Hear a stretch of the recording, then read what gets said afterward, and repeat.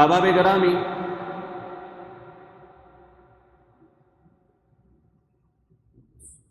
ایک ہفتے میں 7 دن ہوتے ہیں، اور ان 7 دنوں میں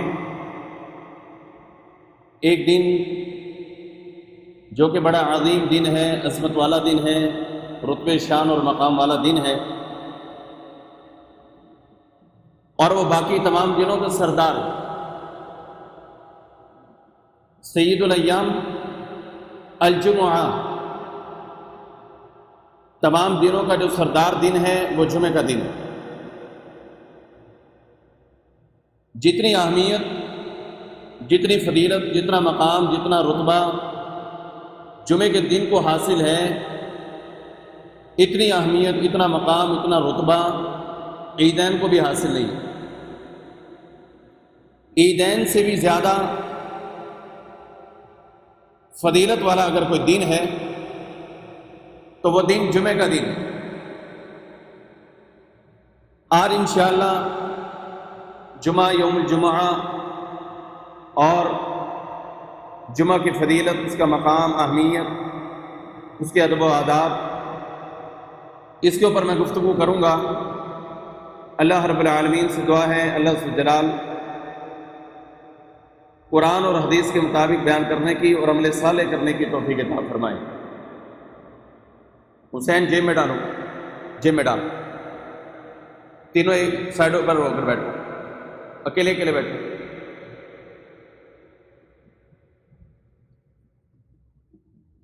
جمعے کا دن بڑا اہمیت کا دن ہے، بڑا رتبے اور مقام والا دن ہے۔ اللہ رب العالمین اس کی اہمیت کو بیان کرتے ہوئے فرماتے ہیں کہ یا ایھا الذین آمنوا، اے ایمان والو، اذا نودی للصلاۃ من یوم الجمعۃ فاسعوا الی ذکر اللہ وذروا البیع، جب جمعہ کے لیے ندا لگ جائے، منادی ندا دے دے، بلائے، تو فاسعوا الی ذکر اللہ، اللہ کے ذکر کی طرف آؤ، وذروا البیع، اور فرمایا کہ بیع کو چھوڑ دو۔ یہ خطبہ جو سٹارٹ ہو چکا ہے، اس خطبے کی اتنی اہمیت ہے کہ اللہ رب العالمین فرما رہے ہیں کہ جب جمعہ کے دن میں ندا آ جائے، منادی آواز دے دے، بلا لے، تو پھر اللہ کے ذکر کی طرف آئیں، بیع کو چھوڑ دیں۔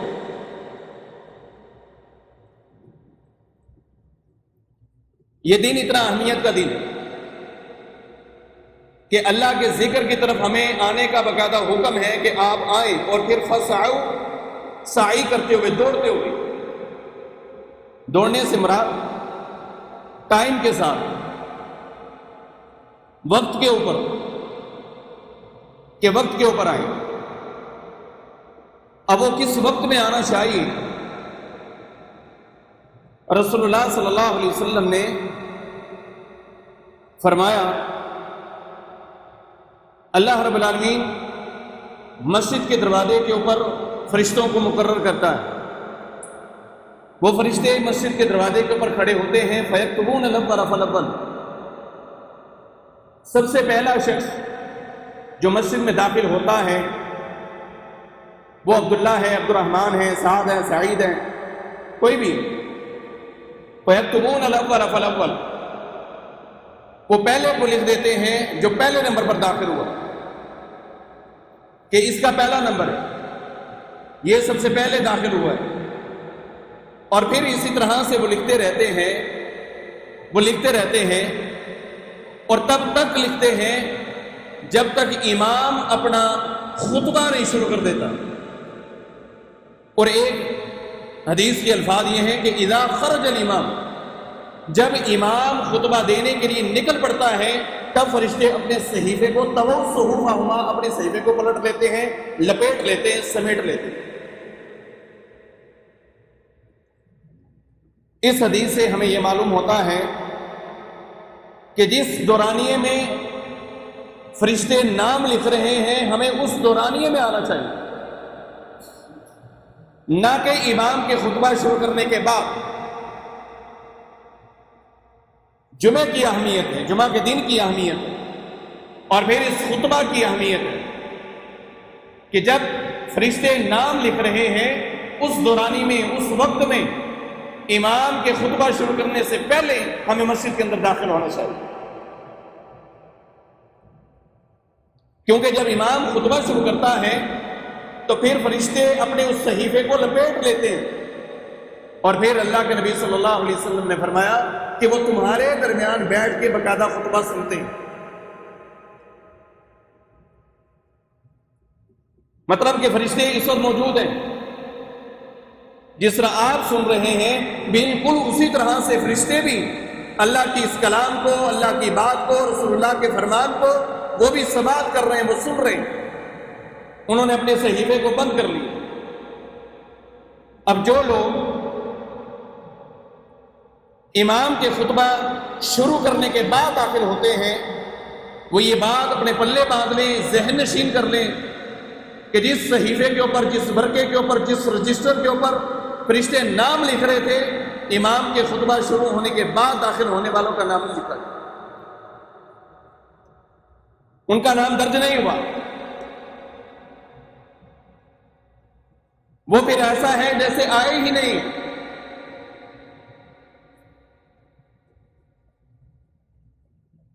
خطبہ کی اہمیت ہے کہ خطبہ شروع ہونے سے پہلے مسجد کے اندر باقاعدہ پہنچا جائے، اور پہنچنے کے بعد پھر امام صاحب اپنے گھر سے نکلیں، اپنے حجرے سے نکلیں، وہ مسجد میں آئیں، 2 رکعت نماز ادا کریں، اور پھر وہ خطبہ شروع کریں۔ عوام کو پہلے آنا چاہیے۔ یہاں تو پھر بھی اللہ کا شکر ہے کہ میں جب آتا ہوں تو بہت ساری تعداد یہاں پر موجود ہوتی ہے، لیکن بعض مساجد میں اکیلا امام اور اکیلا مؤذن اذان دینے کے بعد وہ اکیلا بیٹھتا ہے اور امام صاحب خطبہ شروع کر لیتے ہیں، اور 15-20 منٹ کے بعد پھر کوئی آنا جو ہے وہ شروع کرتا ہے، اور وہ یہ سمجھتا ہے کہ میرا یہ حق ہے۔ پہلے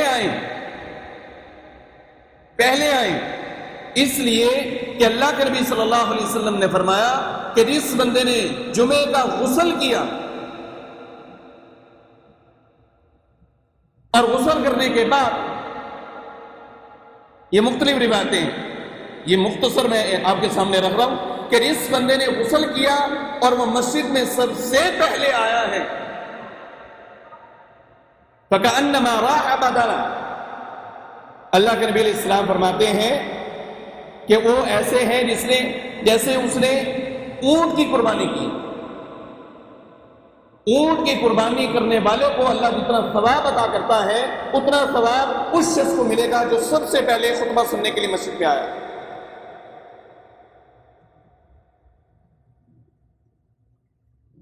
اور پھر اس کے بعد اگر کوئی داخل ہوا ہے فَكَأَنَّمَا رَاحَ بَقَرَةً، وَمَنْ أَتَى الثَّالِثَةَ فَكَأَنَّمَا رَاحَ كَبْشًا، ثم أتى الرابعة فكأنما راح دجاجا، ثم أتى الخامسة فكأنما راح بيضا۔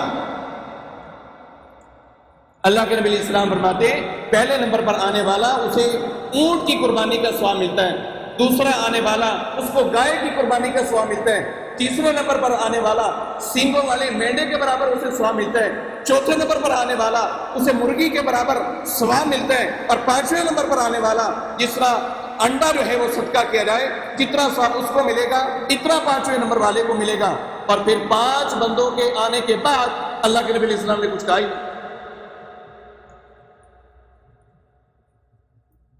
فضیلت ان لوگوں کی، ثواب ان لوگوں کے لیے زیادہ ہے بعد والوں کے لیے بھی۔ اگر امام کے آنے سے پہلے 6واں 7واں 8واں 9واں 10واں 15 20 یہ 150 لوگ آ جاتے ہیں خطبہ شروع کرنے سے پہلے، اللہ اجر تو دے گا، لیکن یہ 5 اجور جو اللہ کے نبی علیہ السلام نے بیان فرمائے ہیں وہ صرف 5 نمبروں پر آنے والوں کے۔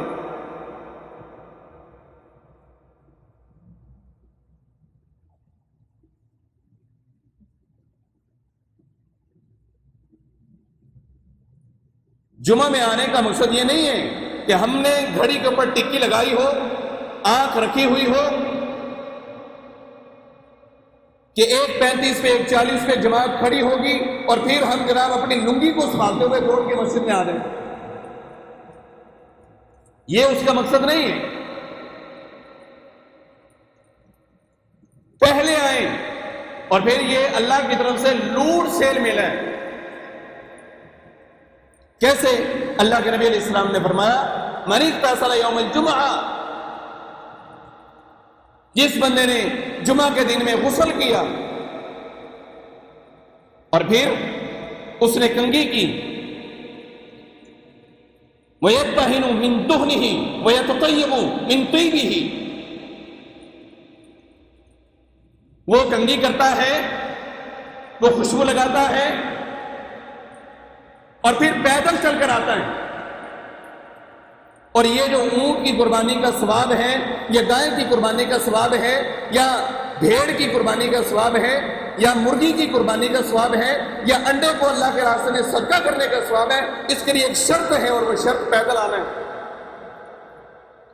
ثم مشى، پھر اللہ کے نبی علیہ السلام فرماتے وہ چلا اور پھر وہ مسجد میں داخل ہوا، 2 رکعات نماز اس نے ادا کی اور ادا کرنے کے بعد امام کے بالکل قریب ہو کر بیٹھا اور پھر اس نے خاموشی کو اختیار کیا، تو اللہ کے نبی علیہ السلام فرماتے ہیں ایک جمعے سے لے کر دوسرے جمعے تک وہ فضل ثلاثۃ ایام، بلکہ 3 دن اور اوپر کر لیں اللہ اتنے دنوں کا اسے اجر عطا فرماتا ہے۔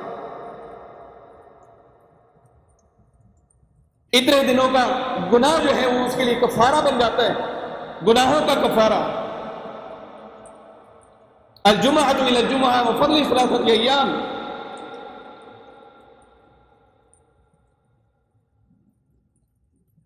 لیکن شرائط اس میں بہت ساری ہیں۔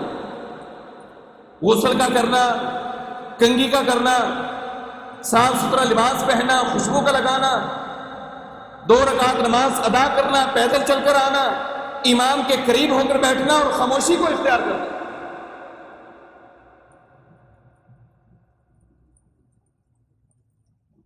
کسی بھی قسم کی کوئی حرکت نہ کرنا دوران خطبہ،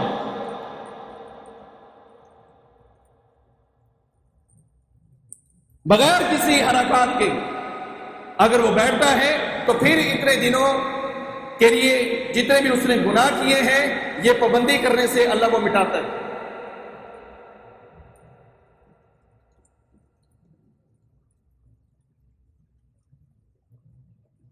لیکن اگر کسی نے حرکت کی، اللہ کے نبی صلی اللہ علیہ وسلم نے فرمایا کہ اس بندے نے بھی ایک کینکر کو بھی ہاتھ لگایا، ایک کینکر کو بھی چھوا، نبی علیہ السلام فرماتے فقط لگا، اس بندے نے لغو کر لیا ہے، اس کا وہ جمعہ ہی فضول چلا گیا۔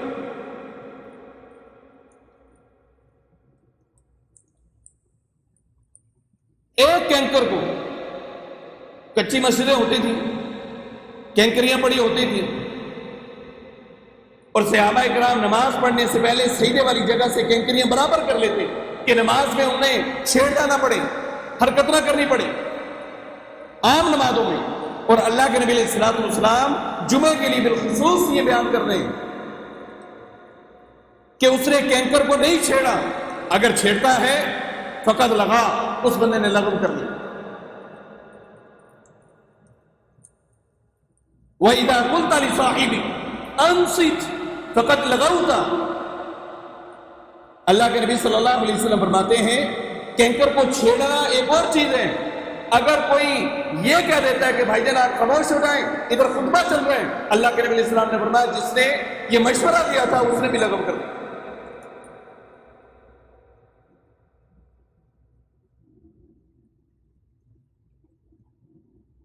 اس نے بھی لغو کر لی۔ اور ہم دیکھتے ہیں عام عوام خطبہ سننے کے لیے آتی اور عجیب کنڈیشن،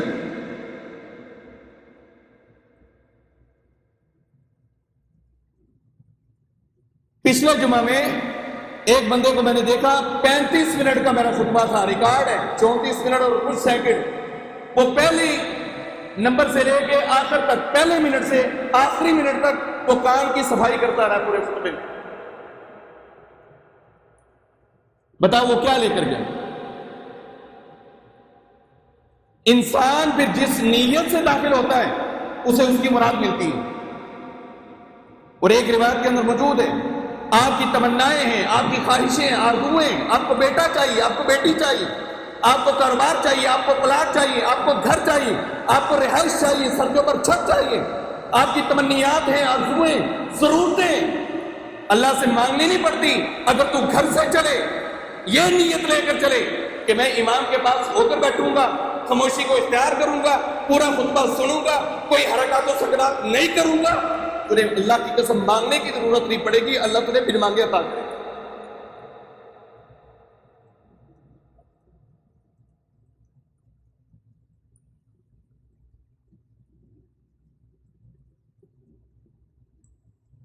جمعہ کوئی ایسی چیز نہیں ہے کہ جو بندہ بھی آئے اور وہ اپنی منمانی کرے، اپنی مرضی کرے، وہ جیسے چاہے اٹھے، جیسے چاہے بیٹھے.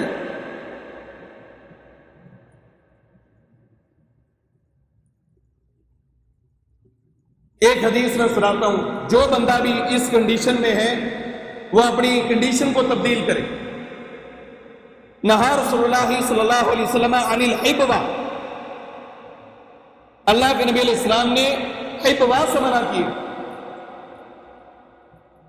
حبوہ ایک بیٹھنے کا انداز ہے.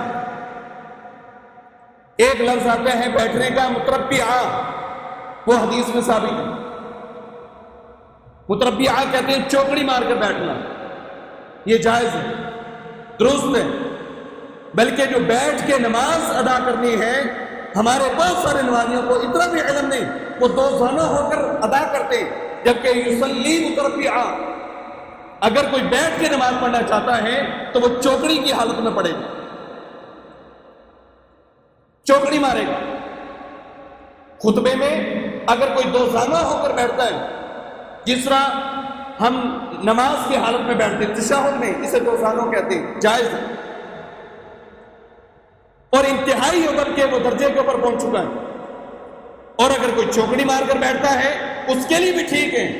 لیکن نہا رسول اللہ صلی اللہ علیہ وسلم عن الحبوہ، اللہ کے نبی علیہ السلام نے حبوہ سے منع کیا ہے. اور وہ حبوہ کیا ہے کہ بندہ زمین کے اوپر بیٹھے، اپنی دونوں ٹانگوں کو، گھٹنوں کو جو ہے وہ اٹھائے، اور اٹھانے کے بعد اپنے دونوں ہاتھوں کو اپنے ان گھٹنوں کے ساتھ یوں ٹکائے، اور یوں ٹکا کر وہ زمین کے اوپر بیٹھے.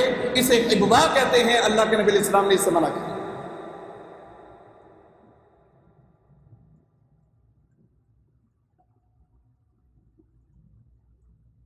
گھٹنوں کو اٹھانا، پاؤں کو زمین پر، سرین کو زمین کے اوپر، پاؤں جو ہیں گھٹنے کھڑے ہیں، اور وہ گھٹنوں کے آگے سے ہاتھ یوں ڈال کر. اور ایک حدیث میں اللہ کے نبی علیہ السلام نے یہاں پر چاروں طرف سے یعنی گول دائرے میں رسی یا کپڑا لپیٹنے سے بھی منع کیا ہے. اللہ نہ کرے کیا انہونی ہو سکتی ہے، اللہ نہ کرے چھت گر سکتی ہے، یہ بندہ کیا کرے. اس لیے کہ اللہ تمہیں خود کہہ رہا ہے، قرآن میں کہہ رہا ہے وَلَا تُلْقُوا بِأَيْدِيكُمْ إِلَى التَّهْلُكَةِ، اپنے آپ کو ہلاکت میں مت ڈالو. کوئی چھت گر رہی ہے اور وہ بندہ اپنا سپرمین جو ہے وہ بنا پھر رہا ہے کہ میں یہ کر لوں گا. نہیں بھائی، وَلَا تُلْقُوا بِأَيْدِيكُمْ إِلَى التَّهْلُكَةِ. اور اسی کی ایک کڑی ہے یہ کہ دو ٹانگیں یوں کھڑی کرنا اور چاروں طرف سے کپڑا لپیٹ کے باندھنا. اور گاؤں کے اندر، دیہاتوں کے اندر، درختوں کے نیچے اکثر لوگ اس طرح سے بیٹھتے ہیں.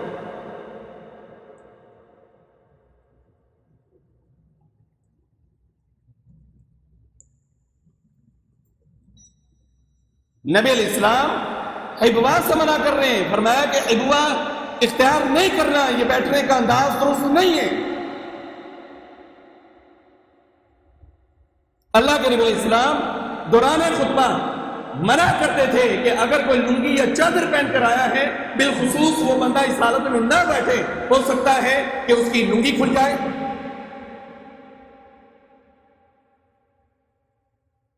ہو سکتا ہے کہ اس کا کپڑا ہٹ جائے. نہا رسول اللہ صلی اللہ علیہ وسلم عن الحبوہ. تو جمعے کے آداب میں سے ہے کہ کوئی حرکت کسی بھی قسم کی نہیں کرنی چاہیے. آئیں چوکڑی مار کر بیٹھ جائیں، دو زانوں ہو کر بیٹھ جائیں اور پہلی صف کے اندر بیٹھیں۔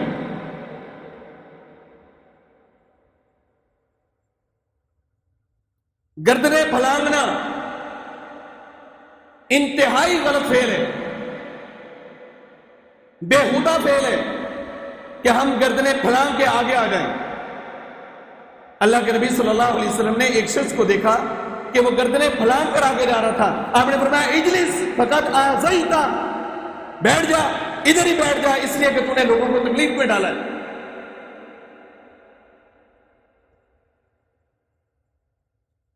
وہ عربیوں نے ایک ویڈیو بنائی ہوئی تھی، میں بھی وہ شغل ہو، لیکن حدیث کی عکاسی انہوں نے کی بڑی زبردست کہ صفیں بنی ہوئی ہیں، ایک بندہ گردنیں کراس کرتا ہوا، صفیں جگہ پوری ہے لیکن وہ جگہ بنانے کی کوشش میں ایک گزرا، دوسرا گزرا، تیسرا گزرا، اور جو نمازی بیٹھے وہ بار بار یوں جگہ دے رہے ہیں کہ یہاں سے یہ گزر جائیں۔ جب چوتھا گزرانا اس نے پکڑ کے اسے پٹکا نیچے زمین کے اوپر گرا کے جناب 2-4 تھپڑ لگائے اسے کہ تینوں حدیثہ پتہ نہیں، تمہیں اس بات کا شعور نہیں کہ گردن نہیں پھلانگتے؟ ہم اپنی مرضی سے مسجدوں کے برآمدوں میں آ کر خطبہ سنتے اور جب تکبیر کا ٹائم ہوتا ہے سب سے پہلے ہم آگے ہوتے ہیں، پہلی صفوں میں آنے کی کوشش کرتے ہیں۔ پہلی صف میں اگر کوئی بیٹھنا چاہتا ہے، اس کی عزت اور عظمت کو حاصل کرنا چاہتا ہے، اس مقام کو پہنچنا چاہتا ہے، تو پھر جب وہ مسجد میں داخل ہو اور آ کر 2 رکعت ہی پہلی صف کے اندر پڑھے،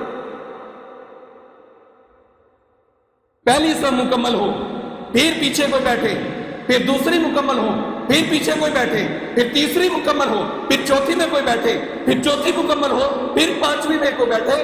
جب یہ صورتحال ہوگی تو کوئی کسی کی گردن نہیں پھلانگے، اسے موقع ہی نہیں ملے گا۔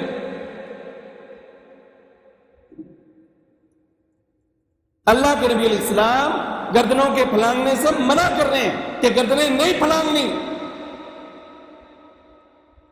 کسی کو کراس کر کے نہیں جانا۔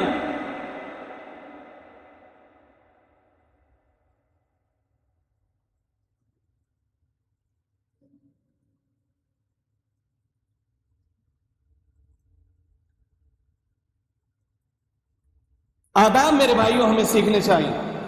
پہلی صف کا ثواب حاصل کرنا ہے تو پھر پہلے آ کر پہلی صف کے اندر آ کر بیٹھ جائیں، اور ہم توجہ نہیں دیتے، حالانکہ پہلی صف کا ثواب اللہ کے نبی علیہ السلام نے فرمایا لو يعلم المصلی ما فی الصف الاول لاتوهما ولو حبوا، گھٹنوں کے بل، چیٹڑوں کے بل اگر اس کو آنا پڑے، یہ آئے گا اگر اسے پتہ چل جائے نمازی کو کہ پہلی صف کے اندر کھڑے ہونے کا ثواب کتنا ہے، اسے جیسے بھی آنا پڑا یہ آئے گا، یہ دوڑے گا۔ اللہ کے نبی علیہ السلام نے فرمایا کہ یہ میرے صحابہ پہلی صف کے ثواب کے لیے یہ کوشش کریں، اگر ان کو قراندازی کرنی پڑے، اللہ کے نبی فرماتے ہیں یہ پیچھے نہیں ہٹیں گے، قراندازی ڈالیں گے کہ جس کا نام نکلے گا وہ پہلی صف میں کھڑا ہوگا، اور ہم نہیں کھڑے ہوتے، ہم پیچھے پیچھے رہتے۔ اللہ کے نبی علیہ السلام نے فرمایا پیچھے رکنے سے بچیں حتی یؤخرہم اللہ، پھر ایسا نہ ہو کہ اللہ بھی تمہیں پیچھے کر ڈالے۔ آگے آئیں، امام کے قریب ہو کر بیٹھیں، اس کی بات کو یوں سنیں کہ جس طرح سننے کا حق ہے، اس لیے کہ کوئی امام یا کوئی بھی خطیب اپنی طرف سے کوئی بات نہیں کر رہا، وہ اللہ کے نبی کا فرمان سنا رہا۔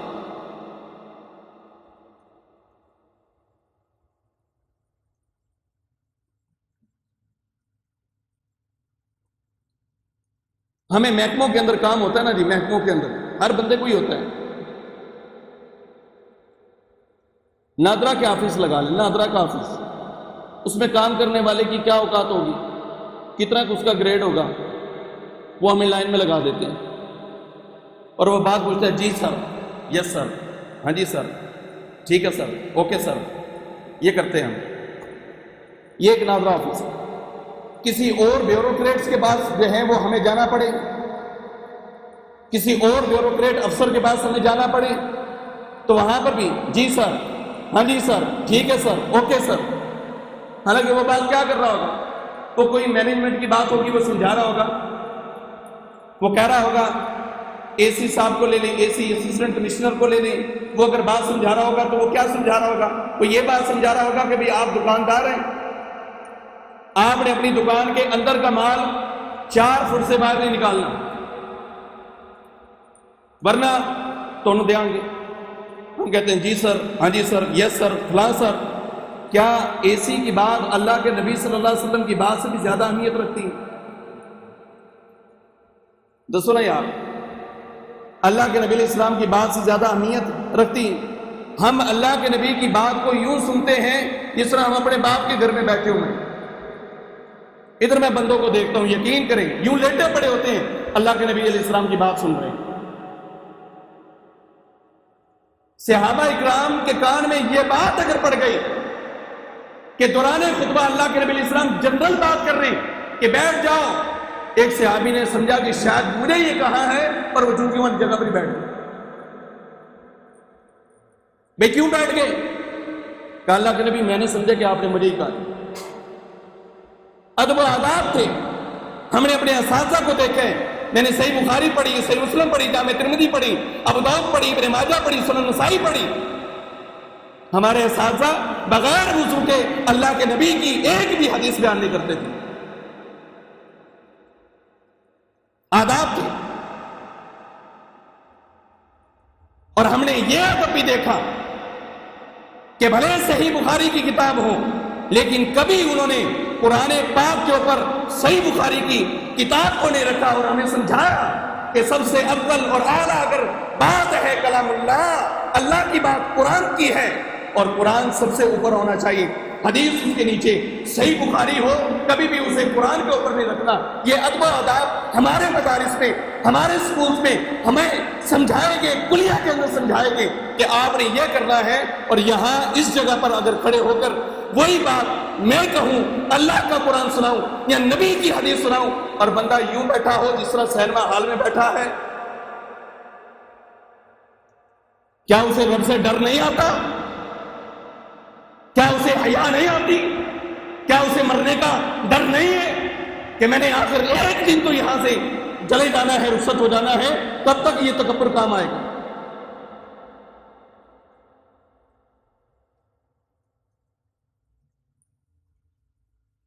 کب تک ہم اس مستی میں رہیں گے کہ جگہ ہماری، مسجد ہماری، ادارہ ہمارا؟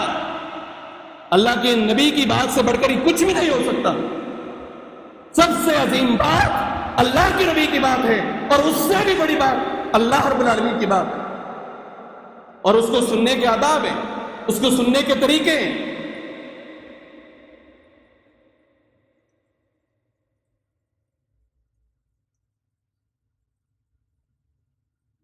سلف صالحین کے بارے میں نے پڑھا ہے کہ اگر ان کی مجلس میں کوئی ایسا بندہ داخل ہو جاتا کہ جس کی توجہ نہیں ہے حدیث سننے کے حوالہ سے، وہ اپنی مجلس سے اسے اٹھا دیتے تھے، اس لیے کہ تو اس مجلس میں بیٹھنے کے قابل نہیں، کہ اٹھ جا. لیکن اس قرآن و حدیث کی مجلس کی پھر برکت بھی اتنی ہے اگر تھوڑی سی توجہ ہو، تھوڑی سی. یہاں خطبہ چل رہا ہے، یہاں پر بیان ہو رہے ہیں، یہاں پر اللہ اور اس کے رسول کی بات ہو رہی ہے، اور اللہ فرشتے مقرر کر رہے ہیں کہ فرشتوں جاؤ تلاش کرو میرا ذکر کرنے والے کہاں پر موجود ہیں. بالکل صحیح حدیث، ان للہ ملائکہ یطوفون فی الطرق یلتمسون اہل الذکر فاذا وجدوا قوما یذکرون اللہ تنادوا ہلموا الی حاجتکم. اللہ کے لیے فرشتے ہیں، گلی گلی، کوچا کوچا، نگر نگر، بستی بستی وہ چکر لگاتے ہیں، وہ آتے ہیں، تلاش کرتے ہیں، اور اس مسجد میں بھی پہنچتے ہیں اور دیکھتے ہیں کہ یہاں پر اللہ کے بندے بیٹھے ہیں، اللہ کے ذکر کرنے والے بیٹھے ہیں، تو ایک دوسرے کو آواز لگاتے ہیں کہ سارے فرشتوں اکٹھے ہو جاؤ، جن کو تم تلاش کرنے کے لیے آئے تھے وہ یہاں پر ہیں. اور پھر فرشتے کیا کرتے ہیں؟ فَيَحُفُّونَهُمْ بِأَجْنِحَتِهِمْ وَغَشِّيَتْهُمُ الرَّحْمَةُ نَزَلَتْ عَلَيْهِمُ السَّكِينَةُ. فرشتے اپنے پروں میں انہیں سمیٹتے ہیں، اللہ کی رحمت اترتی ہے، سکون ان کے اوپر طاری ہو جاتا ہے. اور پھر فرشتے سمیٹنے کے بعد مجھے بھی، آپ کو بھی، جتنے بھی بیٹھنے والے دعا کرتے ہیں، اللہم اغفر لہم